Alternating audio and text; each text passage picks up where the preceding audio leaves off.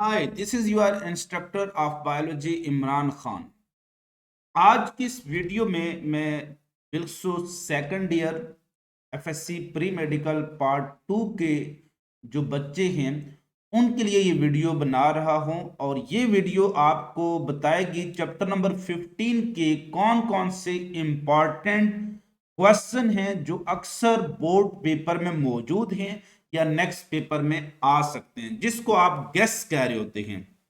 लिहाजा एक रिक्वेस्ट आपसे है कि काइंडली ये जो वीडियो का लिंक है आप उन बच्चों को जरूर भेज दें जो कि किसी भी लिहाज से बायो में लैग कर रहे हैं या जिनको पता नहीं है कि चैप्टर में क्या चीज इंपॉर्टेंट है या क्या इंपॉर्टेंट नहीं है। सबसे पहले चैप्टर नंबर 15 से मैं स्टार्ट करूंगा और चैप्टर नंबर 15 जो है वो हमारा होम्योस्टेसिस से रिलेटेड है। और होम्योस्टेसिस में हम देखेंगे कि कौन कौन से क्वेश्चन है मोस्ट इंपॉर्टेंट हैं, पॉसिबल क्वेश्चन कौन से हैं, शॉर्ट क्वेश्चन कौन कौन से हैं, एक्सटेंसिव क्वेश्चन कौन कौन से हैं। तो इंपॉर्टेंट शॉर्ट क्वेश्चन में सबसे पहले बोर्ड से बोर्ड में पूछा भी जा चुका है, होम्योस्टेसिस की डेफिनेशन है, पहले पेज पर ही दी हुई है। और इसकी इंपॉर्टेंस, ये central requirement of the body है और it maintain the internal environment. तो ये इसकी डेफिनेशन बहुत इंपॉर्टेंट है। फिर जो ऑस्मो रेगुलेशन वाला सेगमेंट आ जाता है, इस सेगमेंट के अंदर जो डिफरेंस बिटवीन ऑस्मो रेगुलेशन है और थर्मो रेगुलेशन, और बिलखसूस ये अगर आप देखें तो जो होम्योस्टेसिस की डेफिनेशन है और फिर इसकी टाइप्स आ जाती हैं, osmo regulation, excretion, thermo regulation. इनमें ऑस्मो रेगुलेशन और थर्मो रेगुलेशन का एक बेसिक डिफरेंस है, वो बहुत इंपॉर्टेंट है।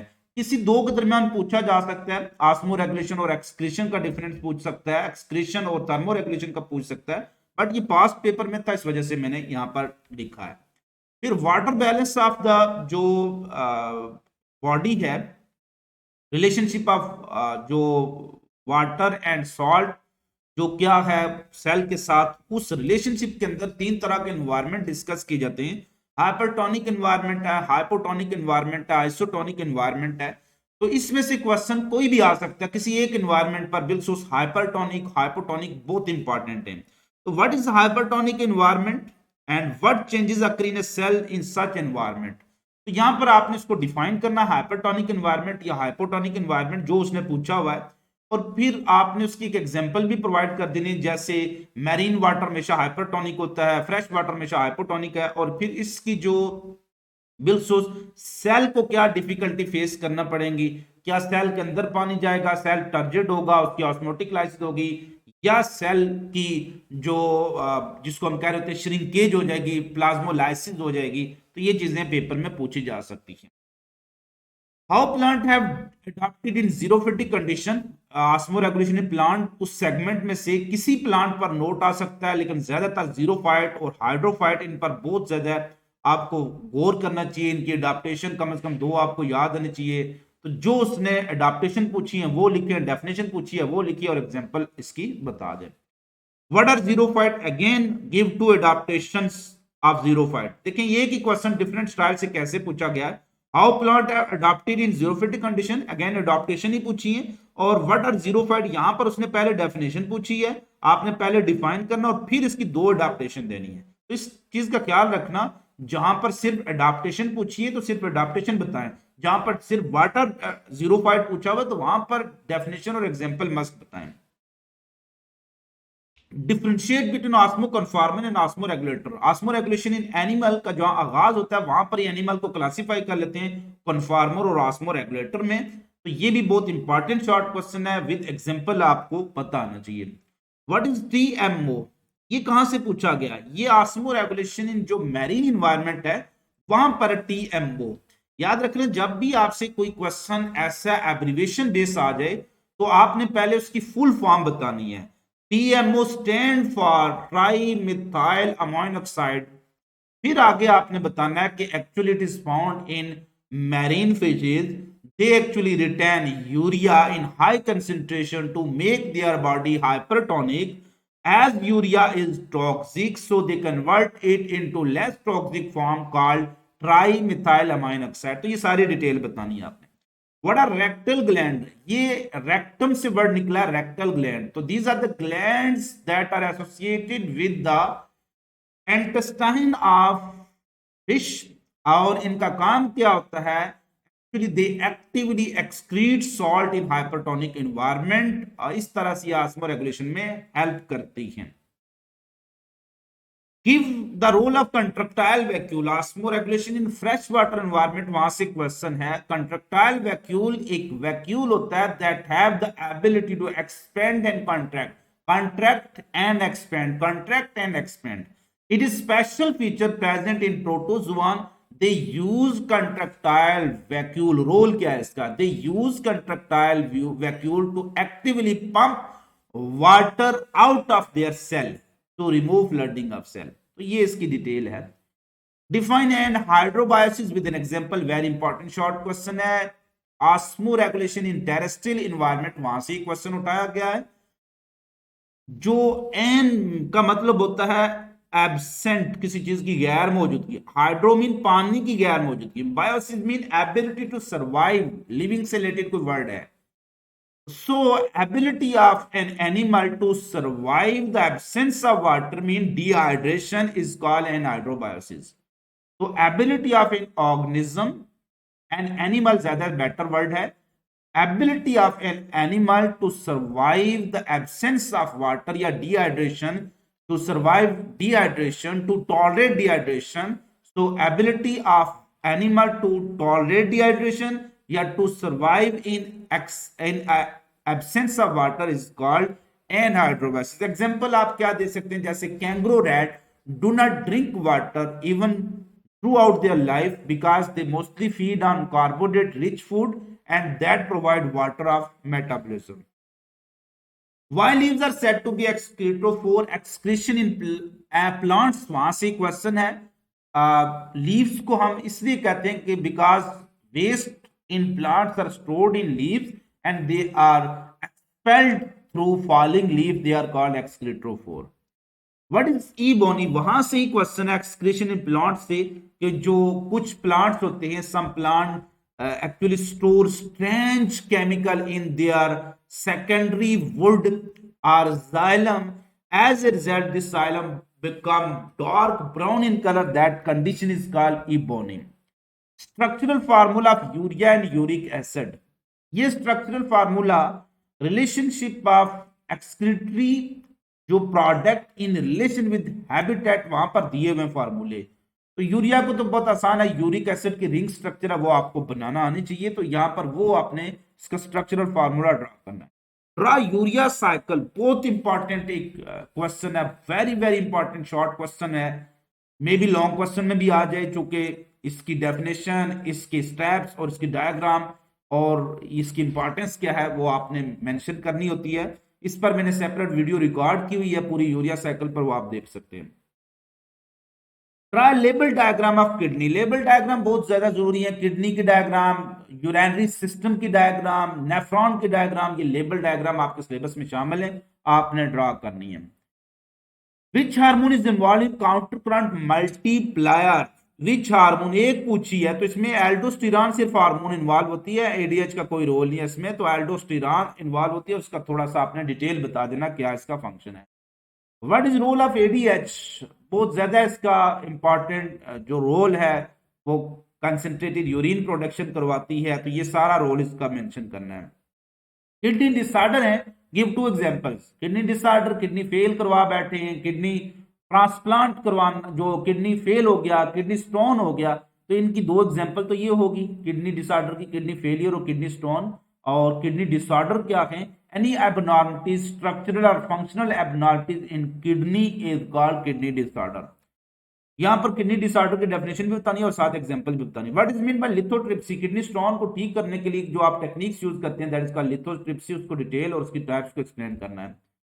What techniques are used to remove the kidney stones, तो कौन सी टेक्निक यूज करते हैं आपको पता आना चाहिए ना। तो किडनी स्टोन को रिमूव करने के लिए आपने सर्जरी को यूज करते हैं, या फिर हम लिथोट्रिप्सी, और इसमें भी extra corporeal shock wave lithotripsy जो ECWL हम यूज कर रहे होते हैं।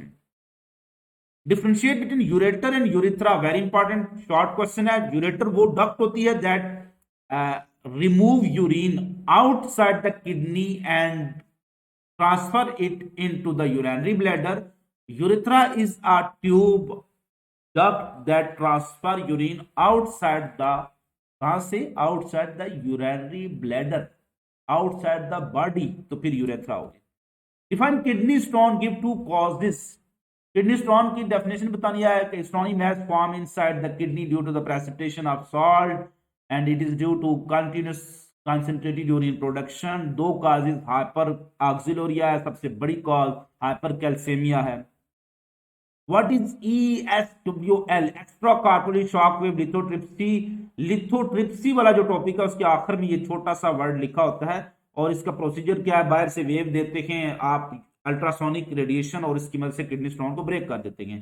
व्हाट इज लिथोट्रिप्सी, अगेन वही चीज है। What is haemodialysis, cleaning of blood outside the body in a artificial kidney called dialyser is called haemodialyser. Define uraemia, end stage of kidney failure is called uraemia. इसकी जो symptoms क्या होती हैं, high urea in blood को हम कहते हैं uraemia, और कॉजेज की क्या है, किडनी फेलियर इसकी मेन कॉज है। डिफरेंशिएट बिटवीन होम्योथर्म एंड पोइकिलोथर्म, ये है temperature classification of animal, extensive question के लिहाज से बहुत ज्यादा जरूरी है। वहां से होम्योथर्म, animal that can maintain their body temperature and that can not maintain their body temperature, पोइकिलोथर्म, ये ओल्ड क्लासिफिकेशन है। एक्टोथर्म और एंडोथर्म का डिफरेंस, व्हाट आर हेटेरोथर्म, ये डिफरेंस बहुत इंपॉर्टेंट है। ब्लबर एक थिक लेयर ऑफ फैट होती है that is present under the skin in aquatic mammals specially whale, this is called blubber. तो in which animal it is found, aquatic animals, mostly whales के अंदर होती है thick layer of brown fat under the skin. So यहां तक तो हमारे short question जो वो खत्म होते हैं, और अब हम एक्सटेंसिव क्वेश्चन की तरफ मूव करेंगे। लेकिन इससे पहले ये रेड बटन जैसे आपको गाइड कर रहा है ना, ऐसे ही आपने इसको दबा देना। लेकिन एक ख्याल रखना कि अगर आपका पहले सब्सक्राइब लिखा हुआ है ना, उस पर पहले ही उसमें सब्सक्राइब हुआ हुआ है, तो दोबारा नहीं करना, अनसब्सक्राइब हो जाएगा। लिहाजा जिन्होंने किया हुआ है उनको जरूरत नहीं है, दोबारा से इसको डिस्कस कर देंगे। इंपॉर्टेंट एक्सटेंसिव क्वेश्चन क्या है जो अक्सर बच्चे पूछ रहे होते हैं, तो explain mechanism of osmo regulation in plants. Plants में जो ऑस्मो रेगुलेशन का मैकेनिज्म क्या है पूरा एक्सप्लेन करना है। इसमें आपने क्या बताना है, हाइड्रोफाइट, जीरोफाइट और मेसोफाइट की डिटेल बतानी है। Describe in detail about excretion in plants, ज्यादा इंपॉर्टेंट है, बहुत से इसके इंपॉर्टेंट पॉइंट है। जो बच्चे मुझसे पढ़े हुए उनको पता है, मैंने हेडिंग बताई है, सारी हेडिंग याद कर लेना। Right a note on osmo regulation in terrestrial environment, बहुत इंपॉर्टेंट टॉपिक है ये भी। इसमें भी सारे पॉइंट्स जो हेडिंग है वो आपने डिस्कस करनी है। What is the excretion, excretion की डेफिनेशन बतानी है। How do plant excrete their waste, very important, दूसरी बार रिपीट हो रहा है, लिहाजा इस पर गौर करना है आपने, कहीं मिस नहीं कर देना। What is relationship of excretory waste with habitat, ammonotelic, ureotelic, uricotelic, वो सारी चीजें डिटेल में लिखनी है। Write note on nature of excretory product in humans, क्या नेचर होती है एक्सक्रीटरी प्रोडक्ट की in humans, nature of excretory product in human, यहां पर प्रॉब्लम हो गई ना। ये आपने जो चीजें लिखनी है, जो एक्सक्रीशन इन ह्यूमन वाला टॉपिक है ना, वो लिवर से पहले वाला वो आपने डिस्कस करना है। वो waste in excess, ammonia, urea, ureotelic, और उसके बाद जो इसमें बाकी डिटेल दी हुई है। Write and on importance of liver as an excretory organ, ये बड़ा इंपॉर्टेंट क्वेश्चन है। मैं इसको थोड़ा सा डिटेल में आपको बता देता हूँ कि क्वेश्चन डिफरेंट तरह से आता है, और अभी प्रीवियस जो पेपर है उसमें भी रिपीट हुआ है, 2021 में हुए। यहां बच्चे मार खा जाते हैं। देखिए, जब लिवर के टॉपिक में दो चीजें डिस्कस की, एक टेबल डिस्कस किया हुआ है और एक पैराग्राफ डिस्कस किया हुआ है। अगर आ जाए write a note on importance of liver as an excretory organ, तो वो paragraph with urea cycle explain करना है आपने। यूरिया साइकिल पहले ड्रॉ किया हुआ है, वो भी इसमें ऐड कर देना है। तो write a note on importance of liver as an excretory organ, तो फिर आपने टेबल को डिस्कस नहीं करना, फिर सिर्फ आपने डिस्कस करना है किसको, पैराग्राफ में जो चीजें दी हुई है कि लिवर एक सेंट्रल मेटाबॉलिक स्टेशन है, सेंट्रल क्लीयरिंग हाउस है, किडनी को असिस्ट करता है। जो liver skin not an excretory organ, उसमें डिस्कस किया गया है। फिर यूरिया साइकिल है, वो डिटॉक्सिफिकेशन का काम कर रहा था, यूरिया साइकिल को एक्सप्लेन करना है, ये चीजें एक्सप्लेन करनी है। और यूरिया साइकिल यहाँ ड्रॉ करना है आपने। लेकिन अगर आ जाए what are the major homeostatic function of liver, तो फिर आपने नीचे टेबल डिस्कस करना है। लेकिन अगर आ जाए राइट नोट ऑन लिवर, तो फिर सब कुछ डिस्कस करना है। वो अक्सर आता नहीं है, या एक्सक्रीटरी ऑर्गन होगा या as a major homeostatic function इसके आ जाएंगे। जो मेजर होम्योस्टेटिक फंक्शन में सिर्फ टेबल डिस्कस करना है। फिर भी अगर कोई क्वेश्चन हो तो आप कमेंट सेक्शन में कमेंट कर सकते हैं। 4 major homeostatic function of liver, book में 4 दिए हुए हैं टेबल के अंदर, ये टेबल डिस्कस करना है। Right on the structure of nephron, very important है। अगेन यहां पर बच्चे गलती करते हैं, जब उसने स्ट्रक्चर पूछी है तो आपने सिर्फ स्ट्रक्चर एक्सप्लेन करनी है, डायग्राम बनानी है। यहां आपने स्टेप्स ऑफ यूरिन फॉर्मेशन नहीं लिखने। फिर अगर पूछे जाए right on note on function of nephron या स्टेप्स इन यूरिन फॉर्मेशन, तो फिर स्ट्रक्चर एक्सप्लेन नहीं करनी है। लेकिन अगर आ जाए write a note on nephron पर नोट, तो फिर स्ट्रक्चर भी बतानी है, स्टेप्स ऑफ यूरिन फॉर्मेशन भी बताने हैं। काउंटर करंट मल्टीप्लर इसमें शामिल नहीं है, कंसेंट्रेशन ऑफ यूरिन सेपरेट है, वो है नेफ्रॉन का osmoregulatory role. Explain working of nephron in human kidney, तो यहां पर आपने steps of urine formation explain करने हैं। Explain working of nephron in human kidney, जो रिपीट हो गया। Discuss rule of nephron in production of urine, again steps of urine formation, very very important topic है नेफ्रॉन वाला। What do you know about the kidney problems and their cures, अब यहां पर kidney problem दोनों पर note लिखना, to the point कुछ कुछ चीजें उनकी लिख दें, किडनी स्टोन की डेफिनेशन और कॉजेज और जस्ट उसकी टाइप्स, इसका किडनी फेलियर्स की टाइप्स और उसके क्योर क्या है, फिर उसकी डायलिसिस का इंट्रोडक्शन दे दे। थोड़ा थोड़ा इंट्रोडक्शन आपने बताना है, ज्यादा डिटेल नहीं बतानी है। लिथोट्रिप्सी की डेफिनेशन, डायलिसिस की डेफिनेशन, हीमोडायलिसिस की डेफिनेशन, पेरिटोनियल डायलिसिस की, तो just to the point, detail procedure explain नहीं करना यहाँ पर। राइट नोट ऑन लिथोट्रिप्सी, यहाँ पर डिटेल एक्सप्लेन करनी है। What is dialysis, give its two types, dialysis की डेफिनेशन, टाइप्स के सिर्फ नाम, और फिर हीमोडायलिसिस की एक्सप्लेनेशन विद प्रोसीजर डिस्कस करनी है। Discuss the regulation of heat exchange between animal and environment. Actually, these are the some thermoregulatory adaptation, structural adaptation, physiological adaptation और behavioral adaptation, वो यहाँ पर डिस्कस करनी है। Write a note on thermoregulation in mammal with special reference to humans. यहाँ पर thermoregulation in human आपने या mammal डिस्कस करनी है, in cold environment, in hot environment, regulatory strategies, सारी चीजें डिस्कस करनी है। What do you know about the thermostat function, तो ये फीडबैक जो सिस्टम दिया हुआ है और एक डायग्राम इसकी बनी हुई है जिसमें हाइपोथैलेमस और पूरा चार्ट बना वो एक्सप्लेन करना है। तो यहां तक आप ने जो डिटेल डिस्कस की है चैप्टर नंबर 15 के इंपॉर्टेंट जो शॉर्ट क्वेश्चन है, एक्सटेंसिव क्वेश्चन है जो पेपर में पूछे जा सकते हैं। नेक्स्ट वीडियो जो मैं रिकॉर्ड करूंगा वो चैप्टर नंबर 16 को कवर करेगी। तब तक के लिए अपना बहुत ज्यादा ख्याल रखिएगा, खुश रहिएगा, खुश रखिएगा, दुआ में याद रखिएगा। फिर मिलेंगे चलते चलते।